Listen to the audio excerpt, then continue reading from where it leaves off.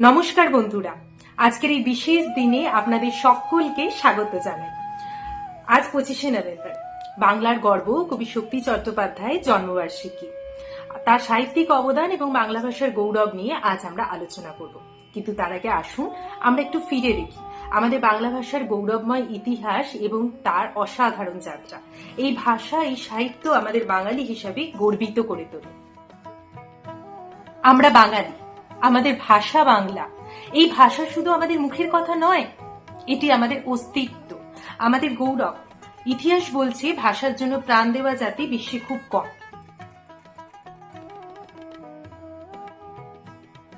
কিন্তু আমরা দিয়েছি। 1952 সালে ভাষা আন্দোলন সেই সাহসিকতার গল্প বলে, যা বাঙালিদের চিরকাল গর্বিত করে। বাঙালিরা লড়াই করেছে শুধু কথা বলার জন্য নয়, বরং তাদের সংস্কৃতি, আত্মপরিচয় বজায় রাখার জন্য। আর আজ আমরা এই ভাষায় কথা বলি, লিখি এবং সৃষ্টির জগতে এর স্থান অমর করে তুলি। বাংলা ভাষার সাহিত্য দুই দেশের মধ্যেই এক সেতুর মতো। বাংলাদেশের লালন ফকির, জসিম উদ্দিন, কাজী নজরুল ইসলাম যেমন গর্বের প্রতীক, তেমনি ভারতের রবীন্দ্রনাথ ঠাকুর, জীবনানন্দ দাশ, শক্তি চট্টোপাধ্যায় বাংলা ভাষার গৌরবকে বিশ্ব মঞ্চে নিয়ে গেছে। এই সংযোগ আমাদের ভাষাকে আরো সমৃদ্ধ করে তুলেছে। বাংলা ভাষা প্রায় 30 কোটি মানুষের মাতৃভাষা। এটি বিশ্বের অন্যতম এবং সমৃদ্ধ ভাষাগুলির মধ্যে একটি। এই ভাষায় লিখেছেন রবীন্দ্রনাথ ঠাকুর, যিনি এশিয়ার প্রথম নোবেল জয়ী।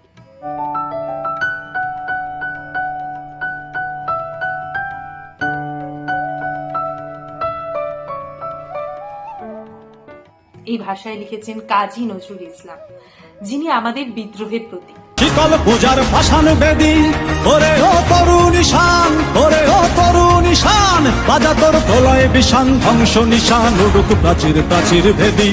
তারা রইল কপাট, তারা রইল কপাট, ভেঙে ফেল কর রেলোপাট, রক্ত জমাট, শিকল পূজার ভাষান বেদী। জীবনানন্দ দাশের রূপসী বাংলা আমাদের প্রকৃতির ছবি এঁকেছে। এমনকি এই ভাষার জন্য মানুষ প্রাণ দিয়েছে, প্রাণ দিয়ে রচনা করেছে 21শে ফেব্রুয়ারির মতো দিন, যা আজ আন্তর্জাতিক মাতৃভাষা দিবস হিসাবে পালিত হয়।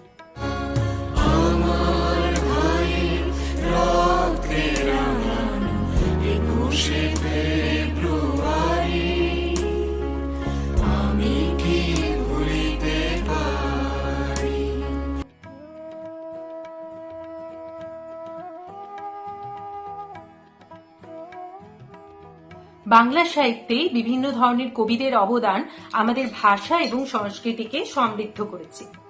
তাদের ভিন্ন ভিন্ন শৈলী এবং ভাবনাগুলো সমাজ এবং মানুষকে বিভিন্ন দিক থেকে প্রভাবিত করেছে। চলুন আপনাদেরকে কিছু উদাহরণের মাধ্যমে বলা যায়। যেমন ধরুন আমাদের কাজী নজরুল ইসলাম, বিদ্রোহী কবি। তিনি তার কবিতার মাধ্যমে সমাজের অন্যায়, অবিচার এবং বৈষম্যের বিরুদ্ধে লিখেছিলেন। তার লেখায় ছিল প্রতিবাদ এবং শোষণের বিরুদ্ধে দাঁড়ানোর আহ্বান। নজরুলের কবিতা বিদ্রোহী সেই সাহসিকতারই প্রতীক। সেখানে তিনি বলেন, আমি চির বিদ্রোহী, বীর, যা নতুন যুগের আহ্বান। বিদ্রোহী কবিতার মাধ্যমে তিনি মানুষের মনে সাহস এবং প্রতিরোধের চেতনা, সাহস যোগাতে চেয়েছেন, জাগাতে চেয়েছেন। বলো মহাবিশ্বের মহাকাশ ভারী, চন্দ্র সূর্য গ্রহ তারা ছাড়ি, ধুলুক দুলুক গোলক ভেদিয়া, খোদার আসন আরশ ছেদিয়া উঠিয়াছে চির। জীবনানন্দ দাশ, শক্তি চট্টোপাধ্যায় প্রকৃতি কবিরা তাদের কবিতায় প্রাকৃতিক সৌন্দর্য এবং মানব প্রকৃতির সংযোগ তুলে ধরে। জীবনানন্দ দাশের রূপসী বাংলা প্রকৃতির সৌন্দর্যের জীবন্ত প্রতিচ্ছবি। আর শক্তি চট্টোপাধ্যায়ের কবিতা যেমন অবনী বাড়ি আছো আমাদের অনুভূতিতে গভীর প্রভাব ফেলে। প্রকৃতির কবিতা আমাদের প্রকৃতির প্রতি ভালোবাসা এবং তার সঙ্গে মানুষের সম্পর্কের গুরুত্ব বুঝতে সাহায্য করে। লালন ফকির, রামপ্রসাদ সেন আধ্যাত্মিক কবিরা মানব জীবনের গভীর প্রশ্ন, ধর্মীয় দর্শন এবং আত্মার মুক্তি নিয়ে লেখেন। লালন ফকিরের গান যেমন সব লোকে কয় লালন কি জাত সংসারী, যদিও আমি গানটা খুব একটা ভালো গাই না বলে আমার মনে হয়, যাই হোক একটু চেষ্টা করলাম, সামাজিক বিভেদ এবং মানুষের অভিন্নতার প্রতি আহ্বান জানায়। আধ্যাত্মিক কবিতা মানুষের মনে শান্তি এবং আধ্যাত্মিকতার বোধ জাগিয়ে তোলে। রবীন্দ্রনাথ ঠাকুর তথা আরো রোমান্টিক কবিরা প্রেম, প্রকৃতি এবং জীবনের সুন্দর দিকগুলি নিয়ে কবিতা লেখেন। রবীন্দ্রনাথের তুমি সন্ধ্যার মেঘমালা প্রেমের গভীরতা এবং প্রকৃতির সাথে সংযোগে এক অনন্য উদাহরণ। রবীন্দ্রনাথ ঠাকুর, সত্যেন্দ্রনাথ ঠাকুরের মতো দার্শনিক কবিরা জীবনের গভীর অর্থ এবং মানুষের অস্তিত্বের প্রশ্ন নিয়ে লিখেছিলেন। রবীন্দ্রনাথের গীতাঞ্জলি তার দার্শনিক চিন্তার এক অসাধারণ নিদর্শন।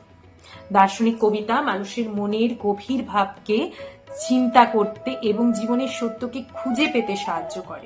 মনোমোর মেঘের সঙ্গী উড়ে চলে দিক দিগন্তের পানে। চলো এবার মূল পর্বে যাওয়া যাক।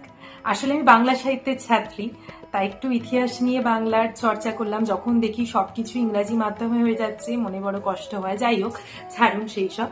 আজ 25শে নভেম্বর, বাঙালির অন্যতম প্রিয় কবি শক্তি চট্টোপাধ্যায় জন্মবার্ষিকী। তিনি প্রকৃতির কবি। তিনি তার কবিতার মাধ্যমে মানুষের অনুভূতিকে গভীরভাবে স্পর্শ করেছেন। 1933 সালে আজকের দিনেই তিনি জন্মেছিলেন, যা বর্তমানে বাংলাদেশের জয়নগর মজিলপুর। তার কবিতাগুলি প্রকৃতির সৌন্দর্য এবং মানুষের আবেগকে এমনভাবে উপস্থাপন করে যা আমাদের হৃদয়ে গভীরভাবে প্রভাব ফেলে। শক্তি চট্টোপাধ্যায় ছিলেন বাংলা সাহিত্যের হাংরি মুভমেন্ট এবং কৃত্তিবাসী গোষ্ঠীর অন্যতম সদস্য। হাংরি মুভমেন্ট ছিল সাহিত্যিক বিদ্রোহের এক যুগান্তকারী অধ্যায়।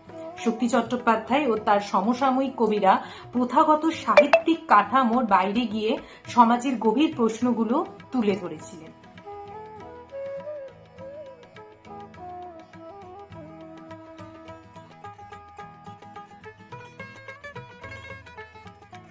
তার কবিতা যেতে পারি কিন্তু কেন যাব আমাদের জীবনে গভীর প্রশ্ন উদযাপন করে। তার এই আন্দোলন বাংলা সাহিত্যে নতুন এক দিগন্ত উন্মোচন করেছিল। তার উল্লেখযোগ্য রচনাগুলির মধ্যে রয়েছে অপনি বাড়ি আছো, কিছুক্ষণ, চৈত্রের রোদন। এই কবিতাগুলি প্রেম, প্রকৃতি এবং মানব জীবনের গভীর অস্তিত্বমূলক প্রশ্নের এক অসাধারণ সংমিশ্রণ। অপনি বাড়ি আছো শুধুমাত্র একটি কবিতা নয়, এটি আমাদের মননে প্রকৃতির সাথে গভীর সম্পর্কের এক জাগরণ। তার লেখা আমাদের শিখিয়েছে কিভাবে আমরা আমাদের আবেগ ও অনুভূতির সাথে প্রকৃতির যোগাযোগ তৈরি করতে পারি। তার অসাধারণ সাহিত্যিক অবদানের জন্য তিনি আনন্দ পুরস্কার এবং সাহিত্য একাডেমি পুরস্কার পেয়েছিলেন। এই সম্মান শুধু তার প্রকৃতিভার স্বীকৃতি নয়, এটি বাংলা ভাষার প্রতি তার গভীর ভালোবাসার উদাহরণ। তিনি বাংলা কবিতার জগতে এমন এক অধ্যায় রচনা করেছিলেন যা আজও আমাদের প্রেরণা দেয়। বন্ধুরা, আমাদের বাংলা ভাষা এবং সাহিত্য শুধু আমাদের গর্ব নয়, এটা আমাদের পরিচয়। আমাদের দায়িত্ব এই মহান ভাষার ঐতিহ্য এবং সাহিত্যকে পরবর্তী প্রজন্মের কাছে পৌঁছে দেওয়া। শক্তি চট্টোপাধ্যায় এবং অন্যান্য মহান কবিরা আমাদের শিখিয়েছেন কিভাবে আমরা আমাদের ভাষা এবং সংস্কৃতির প্রতি গভীর ভালোবাসা অনুভব করতে পারি। আসুন আমরা একসঙ্গে এই গৌরবকে আরো সমৃদ্ধ করি এবং বাংলা ভাষার পতাকা বিশ্ব মঞ্চে উঁচুতে তুলে ধরি। ভিডিওটি ভালো লেগে থাকলে লাইক, শেয়ার আর সাবস্ক্রাইব করতে ভুলবেন না। আমরা গর্বিত আমাদের বাংলা ভাষা এবং সংস্কৃতির জন্য। আবার দেখা হবে পরের কোনো ভিডিওতে। ততক্ষণের জন্য সবাই ভালো থাকবেন। সবাইকে অনেক অনেক ধন্যবাদ। নমস্কার।